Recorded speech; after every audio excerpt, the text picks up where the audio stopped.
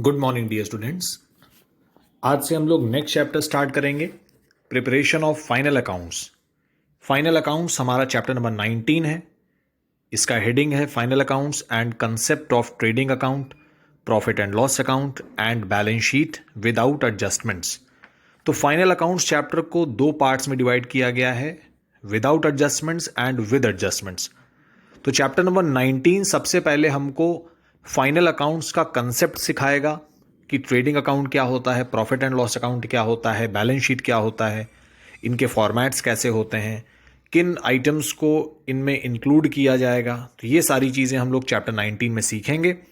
फिर chapter number 20 में हम लोग विद एडजस्टमेंट्स इसको करेंगे। तो हमारा मेन चैप्टर नंबर 20 ही है, पर चैप्टर 20 को करने से पहले हमको चैप्टर नंबर 19 सीखना होगा, जिसमें हमको फाइनल अकाउंट्स का प्रॉपर ओवरव्यू मिल जाएगा। तो देखिए, फाइनल अकाउंट्स चैप्टर को डिस्कस करने से पहले हम लोग एक बार अकाउंटिंग साइकिल को डिस्कस करेंगे, जो कि हमने सेशन के स्टार्टिंग में किया था।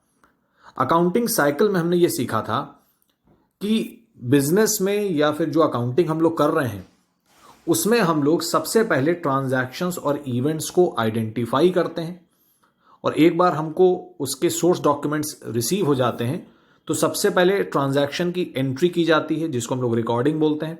रिकॉर्डिंग कहाँ की जाती है? जर्नल में। जर्नल को कई पार्ट्स में हमने डिवाइड किया, वो भी हमने सीखा। इनको हम लोग ने सब्सिडियरी बुक्स बोला।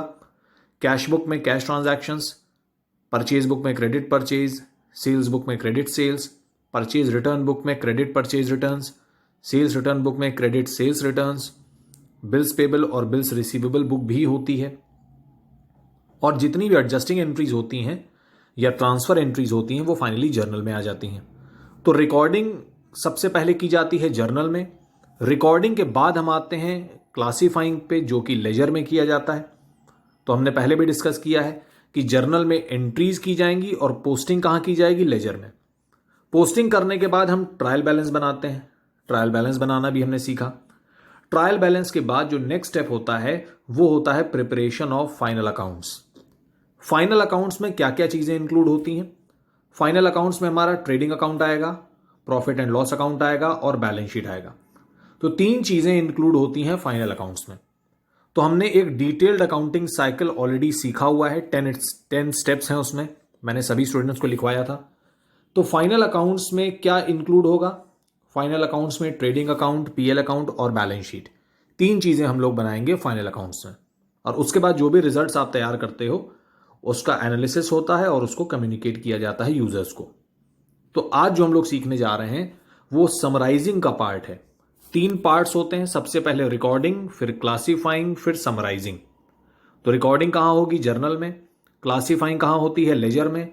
और समराइज कहाँ किया जाता है? Trial balance, trading account, PL account और बैलेंस शीट। तो आज से हम लोग trading and PL account start करेंगे। इसको एक कंबाइंड हेडिंग कहा जाए तो इसको हम लोग फाइनल अकाउंट्स बोलते हैं। तो चैप्टर नंबर 19 लिखा हुआ है final accounts, concept of trading account, PL account and balance sheet. तो फाइनल अकाउंट्स में कौन कौन से स्टेटमेंट्स आप तैयार करने वाले हैं? फाइनल अकाउंट्स देखिए यहां लिखा हुआ है, next step in the accounting process is preparation of final accounts which include. तो final account includes trading account, PL account and balance sheet. तो सबसे पहले हम लोग ट्रेडिंग अकाउंट सीखेंगे, फिर पीएल अकाउंट और फिर बैलेंस शीट। अब देखिए, सबसे पहले हम ये जान लें कि इन अकाउंट्स को हम बना किस लिए रहे हैं। जब हम लोगों ने सेशन स्टार्ट किया था, इस सब्जेक्ट को पढ़ना स्टार्ट किया था, तो हमने डिस्कस किया था अकाउंटिंग के एडवांटेजेस या अकाउंटिंग के फंक्शंस, ऑब्जेक्टिव्स। तो उसमें हमने देखा था कि दो पॉइंट्स ऐसे थे जो आपको हर जगह मिल रहे थे। अकाउंट्स के फंक्शंस की बात करें या ऑब्जेक्टिव्स की बात करें तो एक ऑब्जेक्टिव होता है टू असरटेन प्रॉफिट और लॉस, और दूसरा होता है टू असरटेन फाइनेंशियल पोजीशन। और ये चीज मैंने पहले भी बताई थी कि प्रॉफिट एंड लॉस और फाइनेंशियल पोजीशन अलग अलग चीजें हैं। बिजनेस में प्रॉफिट हो रहा है या लॉस हो रहा है, इसको फाइंड आउट करने के लिए हम प्रिपेयर करते हैं ट्रेडिंग एंड पीएल अकाउंट, और बिजनेस की फाइनेंशियल पोजीशन को एसरटेन करने के लिए हम बनाते हैं बैलेंस शीट। तो ये दोनों ही चीजें अलग अलग डेटा या अलग अलग इंफॉर्मेशन हमको देती हैं। प्रॉफिट एंड लॉस हमको कहां से मिलेगा? ट्रेडिंग पीएल से मिलेगा। और बिजनेस की फाइनेंशियल पोजीशन कहां से पता चलेगी? बैलेंस शीट से पता चलेगी। तो सबसे पहले हम प्रॉफिट और लॉस का कैलकुलेशन करते हैं। प्रॉफिट एंड लॉस का कैलकुलेशन करने के लिए दो अकाउंट आप सीखेंगे, trading account and PL account. Trading account में क्या क्या चीज लिखी जाएगी, पीएल में क्या लिखा जाएगा, ये हम लोग आगे चैप्टर में डिस्कस करेंगे। देखिए, प्रॉफिट या लॉस कैलकुलेट करने के लिए हमको दो चीजें चाहिए, इनकम्स और एक्सपेंसेस की डिटेल्स। अगर इनकम हमारी ज्यादा हो जाती है एक्सपेंस से तो इस सिचुएशन में प्रॉफिट होगा, और अगर इनकम हमारी कम हो जा रही है, एक्सपेंस ज्यादा हो गए, तो इस सिचुएशन में हमारा लॉस होगा। दैट मीन्स कोई दोनों में से एक ही हो सकता है एट अ टाइम, या तो प्रॉफिट होगा आपका या लॉस होगा। तो हमको यह फॉर्मूला ध्यान रखना है कि इनकम और एक्सपेंस को अगर हम आपस में कंपेयर करें तो हमको प्रॉफिट या लॉस पता चल सकता है, इनकम्स और एक्सपेंसेस। तो दैट मीन्स अगर हम एक फॉर्मेट बना लें टी शेप का, टी एक अल्फाबेट है, एक लेटर है। टी लेटर की ये स्पेशलिटी है कि ये दो पार्ट्स में डिवाइड कर देता है। राइट हैंड साइड पे आप क्या लिखेंगे? सारी इनकम्स, और लेफ्ट हैंड साइड पे आप लिखेंगे एक्सपेंसेस। लेफ्ट हैंड साइड होता है debit side, right hand side होता है क्रेडिट साइड। हमने पहले भी सीखा है कि incomes are always credited and expenses are always debited. तो वही रूल हम यहां पे फॉलो कर रहे हैं। तो अगर आप ट्रेडिंग अकाउंट बना रहे हैं या पीएल अकाउंट बना रहे हैं, कुछ भी बना रहे हैं आप, ट्रेडिंग अकाउंट अगर आप बनाएंगे तो उसके भी दो पार्ट होंगे, राइट हैंड साइड और left hand side. Right hand पे क्या लिखेंगे आप? इनकम लिखेंगे। क्यों लिखेंगे? क्योंकि ये क्रेडिट साइड होता है। लेजर तो हम सीख ही चुके हैं ऑलरेडी, तो लेजर का फॉर्मेट तो यही होता है। और left hand side debit side होती है, तो एक्सपेंस क्या होते हैं? डेबिट होते हैं। तो राइट हैंड साइड पे incomes, that means credit side पे इनकम्स, और डेबिट साइड में एक्सपेंसेस। ट्रेडिंग अकाउंट में भी यही होगा, पीएल अकाउंट में भी यही होगा, क्योंकि अकाउंट का फॉर्मेट हमेशा सेम होता है। अकाउंट हमेशा टी शेप में बनता है, और अकाउंट के दो साइड होते हैं, डेबिट साइड और क्रेडिट साइड। तो डेबिट साइड में क्या लिखेंगे? एक्सपेंसेस, और क्रेडिट साइड में क्या लिखेंगे? इनकम्स। तो ये फॉर्मेट ट्रेडिंग और पीएल दोनों के लिए एप्लीकेबल है। तो जब ट्रेडिंग में भी हमको इनकम और एक्सपेंस लिखना है और पीएल में भी हमको इनकम और एक्सपेंस लिखना है, तो हम दोनों को अलग अलग क्यों बना रहे हैं? हमको एक साथ बना लेना चाहिए।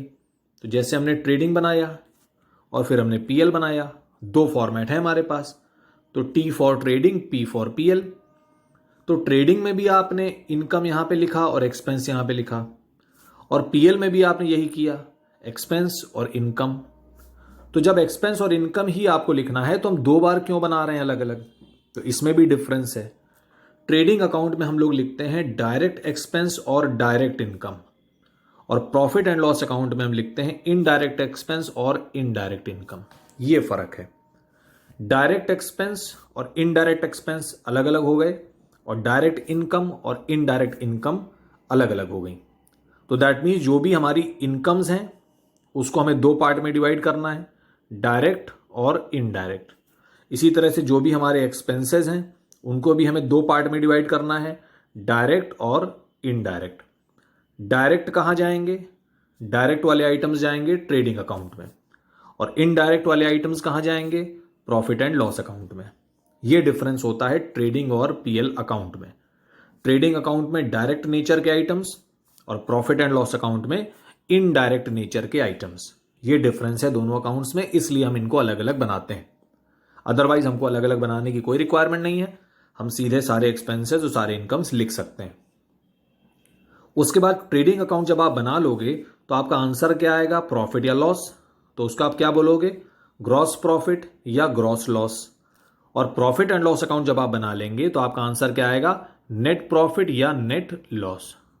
तो ट्रेडिंग के आंसर को आप ग्रॉस प्रॉफिट या ग्रॉस लॉस कहेंगे, और प्रॉफिट एंड लॉस के आंसर को आप क्या कहेंगे? नेट प्रॉफिट या नेट लॉस। तो पहले कौन सा अकाउंट बनेगा? पहले ट्रेडिंग बनेगा और बाद में पीएल बनेगा, फर्स्ट एंड सेकंड। तो पहले ट्रेडिंग फिर पीएल। तो ये सीक्वेंस होती है। ब्रीफ में मैंने आपको ये सारी चीजें बता दी। स्टेप बाय स्टेप अब हम लोग एक एक अकाउंट डिस्कस करेंगे। पहले हम ट्रेडिंग अकाउंट डिस्कस करेंगे। लिखा हुआ है the first stage of preparing final accounts is preparing trading account. किस लिए बना रहे हैं? टू डिटरमिन ग्रॉस प्रॉफिट और ग्रॉस लॉस। तो ये हमने डिस्कस कर लिया ऑलरेडी। और यहाँ लिखा है direct expenses and direct incomes. Direct incomes हमारी सेल्स होती है, इसको हम लोग आपस में कंपेयर करते हैं और हमारा ग्रॉस प्रॉफिट या ग्रॉस लॉस निकल आता है। तो पर्पस भी यहां पे लिखा हुआ है, फिर से वही चीज, टू डिटरमिन ग्रॉस प्रॉफिट और gross loss during the accounting period. उसके बाद फीचर्स हैं, it is the first stage in preparing final accounts, it shows net sales. ये हम डिस्कस कर लेंगे बाद में, जब हम लोग फॉर्मेट कर लेंगे तो ये पॉइंट आपको ऑलरेडी समझ में आ जाएगा। Balance of the account is either gross profit और ग्रॉस लॉस। उसके बाद जो भी ग्रॉस प्रॉफिट आया है या जो भी ग्रॉस लॉस आया है उसको आप कहां ट्रांसफर कर देते हो, पीएल अकाउंट में। और जैसे ही आप ग्रॉस प्रॉफिट या ग्रॉस लॉस को पीएल में ट्रांसफर करते हैं, profit and loss account start हो जाता है। और ये एक नॉमिनल अकाउंट है क्योंकि ये हर साल बनेगा, हर साल बंद हो जाएगा। तो ये देखिए, ये है ट्रेडिंग अकाउंट का फॉर्मेट। सबसे ऊपर हमने हेडिंग लिखा trading account for the year ended. That means ये एक पीरियड स्टेटमेंट है, पॉइंट स्टेटमेंट नहीं है। तो ट्रेडिंग अकाउंट और पीएल अकाउंट पीरियड स्टेटमेंट होते हैं। That means they are prepared for a particular period. अगर हमने कहा 18-19, दैट मीन्स 18-19 ईयर का ये पीएल बन रहा है, अप्रैल 18 से मार्च 19। तो ये एक साल का बनता है एक बार में। ड्यूरिंग द ईयर ट्रेडिंग और पीएल अकाउंट नहीं बनाया जाता, they are prepared for a particular year. तो एक साल के लिए बनाया जाएगा इसको, ड्यूरिंग द ईयर नहीं बनाया जाता। तो ये फॉर्मेट देख लेते हैं। ये रहा डेबिट साइड, ये रहा क्रेडिट साइड। डेबिट साइड में हमने अभी डिस्कस किया एक्सपेंसेस और क्रेडिट में इनकम्स। लेकिन कौन सी इनकम्स? Direct incomes. कौन से एक्सपेंसेस? Direct expenses. तो डायरेक्ट इनकम्स की बात करें तो सिर्फ एक ही ऐसी इनकम है जिसको डायरेक्ट नेचर का कंसिडर किया गया है, और वो है सेल्स। तो sales is the only direct income. तो अगर हमको 10 इनकम्स दी हुई हैं, अगर क्वेश्चन में आपको 10 इनकम्स दी हुई हैं और उसमें से आपको डायरेक्ट और इनडायरेक्ट को अलग करना है, तो आप उन 10 इनकम्स में से सिर्फ सेल्स को अलग कर लीजिए, क्योंकि सेल्स तो डायरेक्ट नेचर की है। तो बाकी जो 9 हो गई वो इनडायरेक्ट हो गई अपने आप। तो इनकम्स में सिर्फ एक ऐसी इनकम है जो डायरेक्ट नेचर की है, and that is sales. Rest all the other incomes are indirect. तो इनकम्स में डिफरेंशिएट करना बहुत सिंपल है, क्योंकि डायरेक्ट और इनडायरेक्ट में अगर देखा जाए तो एक ही इनकम डायरेक्ट है, तो दैट मीन्स बाकी तो सारी इनडायरेक्ट ही हो जाएंगी। तो इनकम्स को हम डिफरेंशिएट बहुत इजीली कर सकते हैं। तो डायरेक्ट इनकम में आप सिर्फ सेल्स लिखेंगे, उसमें से सेल्स रिटर्न माइनस कर देंगे, क्योंकि हो सकता है हमारा पूरे ईयर का सेल्स 5 लाख है, लेकिन उसमें से 20,000 के प्रोडक्ट्स तो कस्टमर ने वापस कर दिए, तो एक्चुअल सेल तो हमारी 480 ही होगी फिर। तो 480 आपको यहाँ पे लिखनी होगी। तो पहले आप 5 लाख अंदर ही लिखेंगे, उसमें से 20,000 माइनस कर देंगे, तो बाहर 4,80,000 आपका आ जाएगा। तो टोटल सेल्स में से आप सेल्स रिटर्न माइनस करेंगे, उसके बाद जो अमाउंट आएगा वो बाहर लिखेंगे, क्योंकि सेल्स रिटर्न का मतलब वो सेल्स तो हुआ ही नहीं, तो उसको आपको हटा देना है। उसके बाद ट्रेडिंग अकाउंट के क्रेडिट साइड में और क्या लिखोगे आप?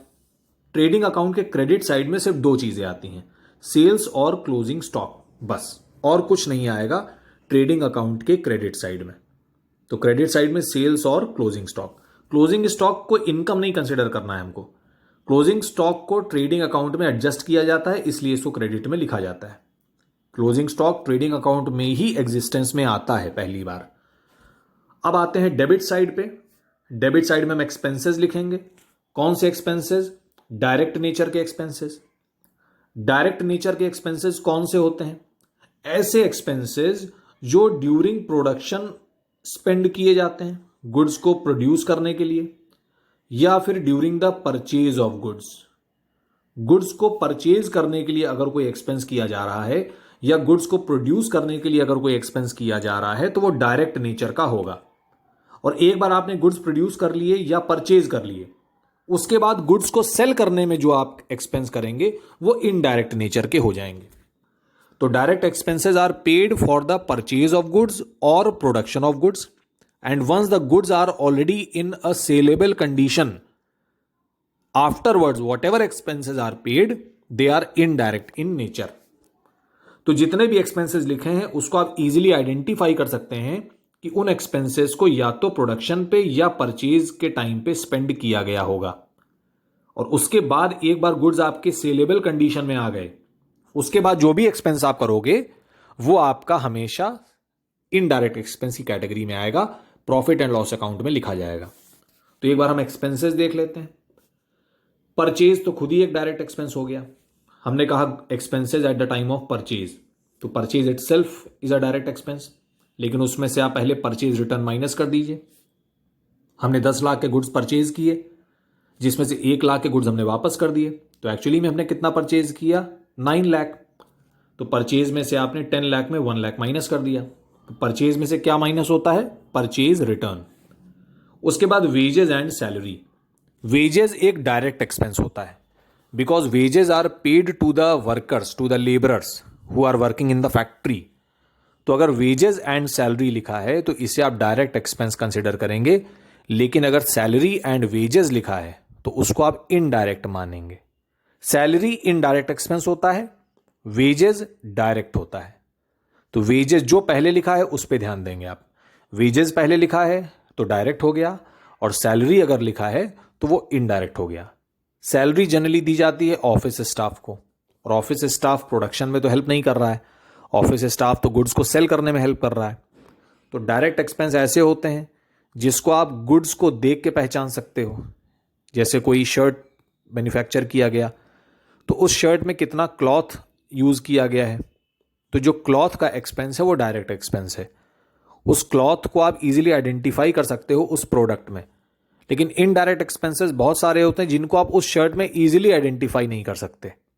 जैसे उस शर्ट को बनाने में थ्रेड भी लगा होगा, बटन्स भी लगे होंगे, जिस फैक्ट्री में वो शर्ट बनी है उस फैक्ट्री का रेंट भी होगा, उस फैक्ट्री की इलेक्ट्रिसिटी भी होगी, उस फैक्ट्री में कोई वॉचमैन है उसकी सैलरी भी दी गई होगी, उस फैक्ट्री में कोई सुपरवाइजर होगा उसको भी सैलरी दी गई होगी। लेकिन अब हम इतना इजीली आइडेंटिफाई नहीं कर सकते कि उसका सैलरी का कितना पोर्शन उस शर्ट के ऊपर स्पेंड हुआ है। तो बहुत सारे ऐसे भी एक्सपेंसेस होते हैं जो आप प्रोडक्ट में इजीली आइडेंटिफाई नहीं करते।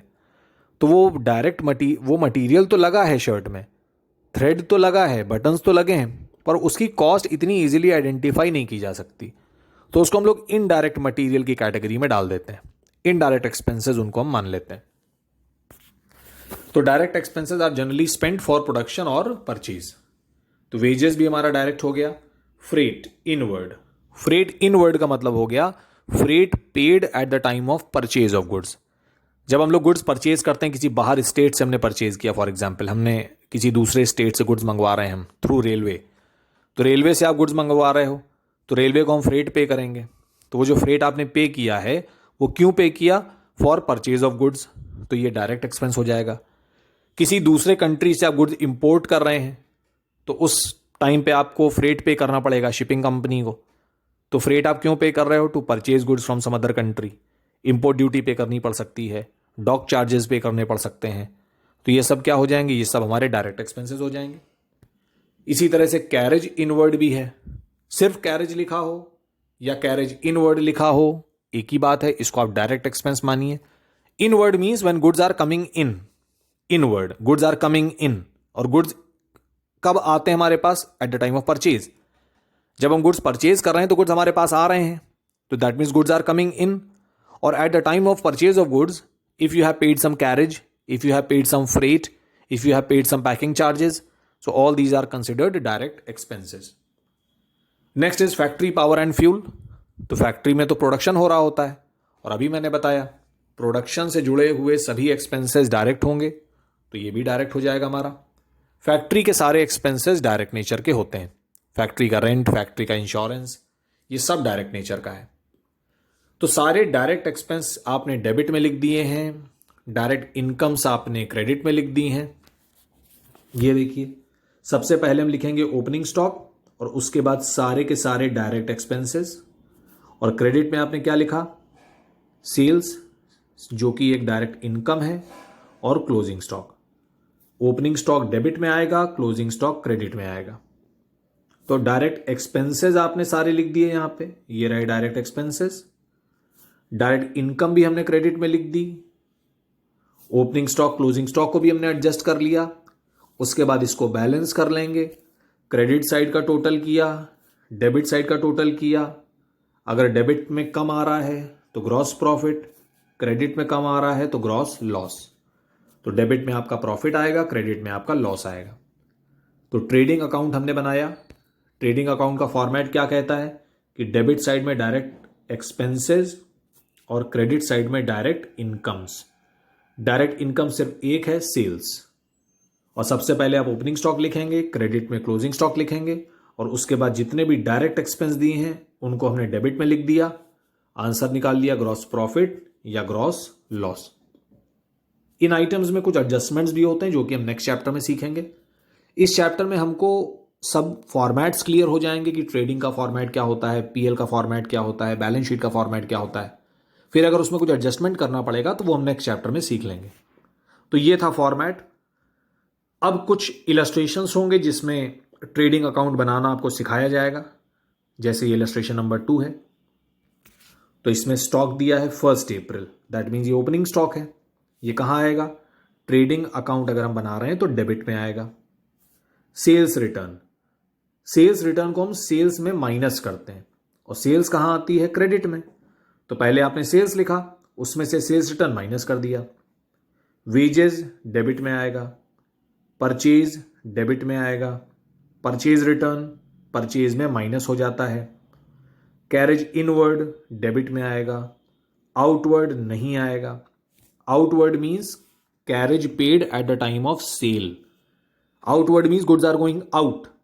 तो गुड्स आउट कब जा रहे हैं हमारे पास? सेल्स के टाइम पे। तो सेल्स का कोई भी एक्सपेंस डेबिट नहीं हो सकता, तो इसको यहां नहीं लिखना है हमको। फ्रेट इनवर्ड है तो डेबिट में आ सकता है।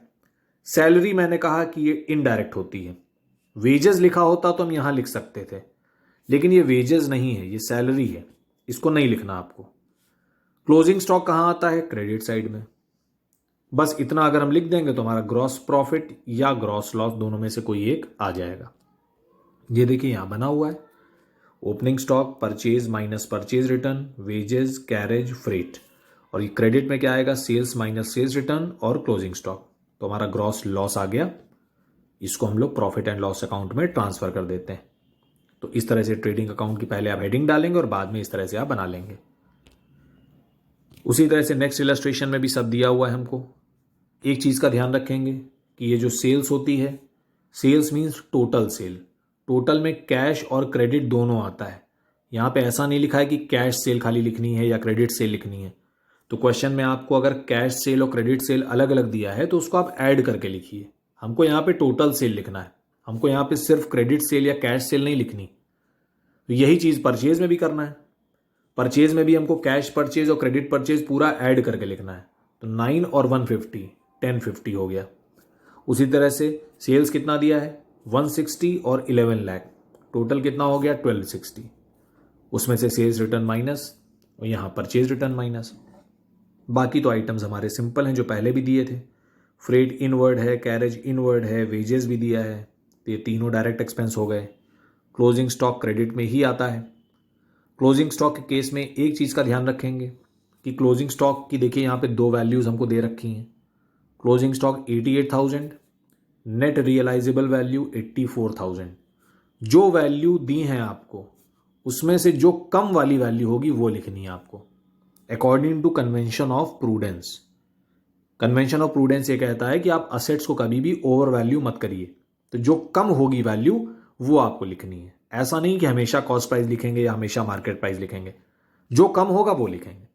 तो ये ध्यान रखेंगे ट्रेडिंग अकाउंट बनाते समय कि cell purchase means total sale total purchase, और क्लोजिंग स्टॉक में जो वैल्यू कम होगा वो वैल्यू आपको लिखना है। तो इस तरह से हमारा ट्रेडिंग अकाउंट बन जाएगा। थर्ड इलस्ट्रेशन में यहां भी हम देख लेते हैं इलस्ट्रेशन नंबर 4 में हमको किस तरह का डेटा दिया हुआ है। Following balances are extracted from the trial balance of a manufacturing firm. तो मैन्युफैक्चरिंग है, कुछ ना कुछ प्रोडक्शन जरूर होगा। ओपनिंग स्टॉक हमको 2 दिए हुए हैं, रॉ मटेरियल और फिनिश गुड्स का ओपनिंग स्टॉक दिया है। तो ट्रेडिंग अकाउंट में देखिए आपने दोनों लिख दिया, रॉ मटेरियल का भी लिख दिया और फिनिश गुड्स का भी लिख दिया। तो जो ओपनिंग स्टॉक दिया है, जो डिटेल दी है वो लिख दी हमने।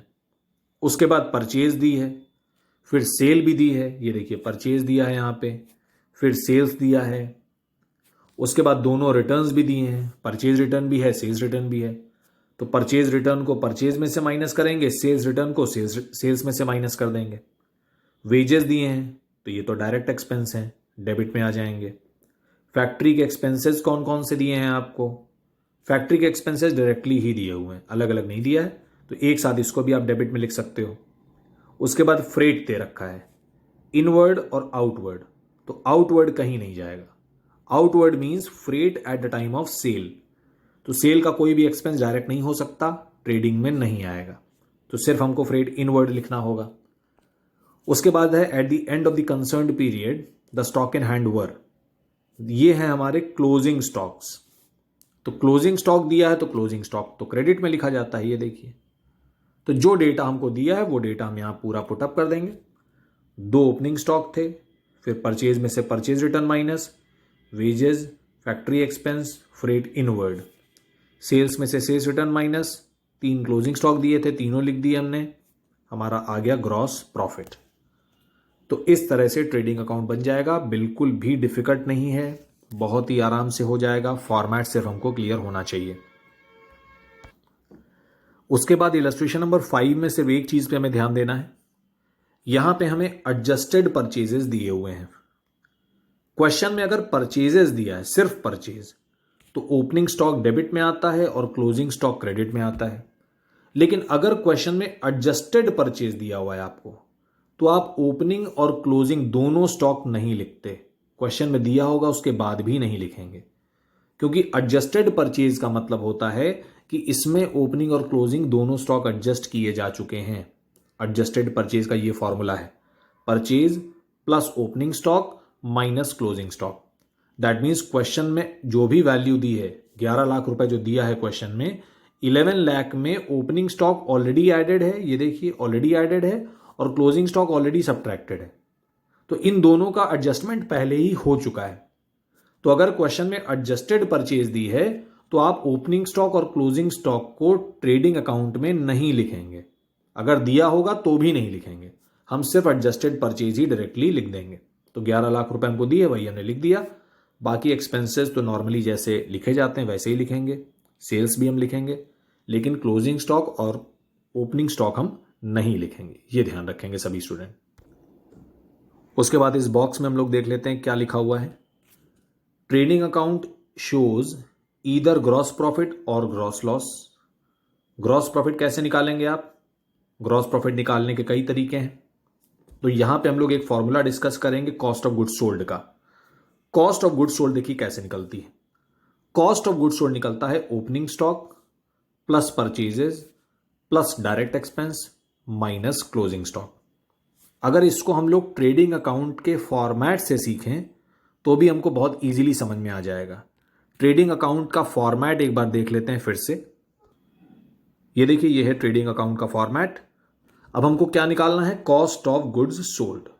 Cost of goods sold is equal to opening stock plus purchase plus direct expenses minus closing stock.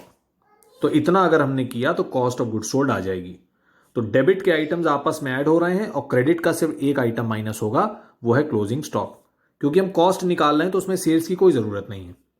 Cost of goods sold का मतलब है कि जो गुड्स आपने सेल किए हैं, ये जो सेल्स यहां पे लिखी होगी, जो गुड्स आपने सेल किए हैं उसकी कॉस्ट क्या थी, क्योंकि आपने सेल तो सेल प्राइस पे किया होगा। फॉर एग्जाम्पल 50,000 में आपने सेल कर दिया, लेकिन उसकी कॉस्ट क्या थी? 50,000 रुपए में अगर कोई चीज सेल की गई है तो उसकी कॉस्ट कितनी थी, ये फाइंड आउट करने के लिए हम लोग फॉर्मूला यूज करते हैं कॉस्ट ऑफ गुड्स सोल्ड। और कैसे कैलकुलेट होती है? Opening stock plus purchases. Purchases का मतलब net purchases. Net purchase means purchase minus purchase return. तो परचेज में से परचेज रिटर्न माइनस कर देंगे आप, फिर जो वैल्यू आएगी वो यहां पे ऐड की जाएगी। तो ओपनिंग स्टॉक प्लस परचेजेस, उसके बाद सारे के सारे डायरेक्ट एक्सपेंस ये जो लिखे हुए हैं इनको ऐड कर लेना है, प्लस डायरेक्ट एक्सपेंसेस और माइनस क्लोजिंग स्टॉक, ये जो क्लोजिंग स्टॉक लिखा हुआ है। ये है कॉस्ट ऑफ गुड्स सोल्ड का फॉर्मूला। ये आपको क्लास 12th में भी काम आएगा, जब हम लोग रेशियोज वगैरह कैलकुलेट करेंगे तब भी काम आएगा ये। तो कॉस्ट ऑफ गुड्स सोल्ड इस तरह से कैलकुलेट किया जाएगा, ये इसका फॉर्मूला वही आगे लिखा हुआ था। तो यही फॉर्मूला देखिए यहां लिखा हुआ है कॉस्ट ऑफ गुड्स सोल्ड का। इलस्ट्रेशन नंबर 6 में आपसे कहा जा रहा है कि आप cost of good sold calculate करें। तो ओपनिंग स्टॉक भी दिया है, परचेज भी दिया है, डायरेक्ट एक्सपेंस भी दिए हैं।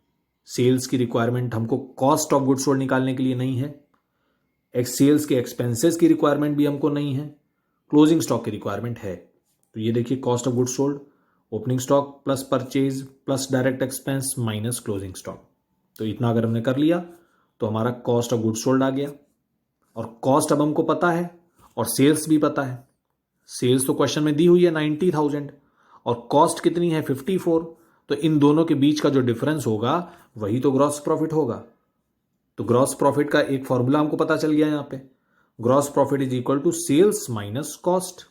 ये तो आपने पहले भी सीखा होगा, एसपी और CP, profit is equal to sales minus cost price. तो सेल्स का मतलब क्या हो गया, जो नेट सेल्स है, और कॉस्ट का मतलब क्या हो गया, कॉस्ट ऑफ गुड्स सोल्ड। तो एसपी माइनस सीपी के बीच का जो डिफरेंस है वही तो जीपी हो जाएगा। तो वही फॉर्मूला यहां पे देखिए लिखा हुआ है। तो कॉस्ट हमने निकाल ली 54, सेल्स तो क्वेश्चन में पहले से दी है 90, तो 54 और 90 के बीच का जो डिफरेंस है वही हमारा ग्रॉस प्रॉफिट हो गया 36,000। सेल्स के एक्सपेंस की कोई रिक्वायरमेंट ही नहीं है आपको पूरे क्वेश्चन में। इलस्ट्रेशन नंबर 7 में भी आपसे कहा जा रहा है कि आप क्लोजिंग स्टॉक निकालें और कॉस्ट ऑफ गुड सोल्ड निकालें। तो जो इन्फॉर्मेशन दी है उसका यूज करके हम क्लोजिंग स्टॉक निकाल सकते हैं और फिर हम कॉस्ट ऑफ गुड सोल्ड निकाल सकते हैं। तो आप ट्रेडिंग अकाउंट का एक छोटा सा फॉर्मेट भी बना सकते हैं। जो इन्फॉर्मेशन आपको पता है क्वेश्चन में उसको पुट करते जाइए तो मिसिंग इन्फॉर्मेशन पता चल जाएगी। अब जैसे इस क्वेश्चन में हम देख लेते हैं कि हमको क्या क्या इन्फॉर्मेशन दी गई है। ओपनिंग स्टॉक दिया है 15,000, तो ये तो यहां आ जाएगा। सेल्स 48 है, लेकिन सेल्स रिटर्न भी है साथ में, तो 48 में 3 हम माइनस कर देना चाहिए हमको, तो 45 आ जाएगा। तो सेल्स हमको पता चल गई 45। ग्रॉस प्रॉफिट पहले से ही दे रखा है 18, तो प्रॉफिट तो डेबिट में आता है। परचेज आपको 30 दी है, लेकिन परचेज रिटर्न भी है 27 का, तो 30,000 में हमको 2700 पहले माइनस करना चाहिए, तो ये आएगा 27,300। तो ये हो गई परचेज हमारी 27,300। तो इतना इंफॉर्मेशन हमको पता है तो अब हमारा क्लोजिंग स्टॉक तो इजीली निकल आएगा। ओपनिंग स्टॉक, परचेज भी पता है, ग्रॉस प्रॉफिट भी पता है, सेल्स भी पता है। तो जब आंसर ऑलरेडी 18,000 हमारा कंप्लीट हो चुका है, उसके बाद एक मिसिंग फिगर जो है वो क्लोजिंग स्टॉक आपको पता चल जाएगी। तो इस तरह से हम क्लोजिंग स्टॉक निकाल सकते हैं।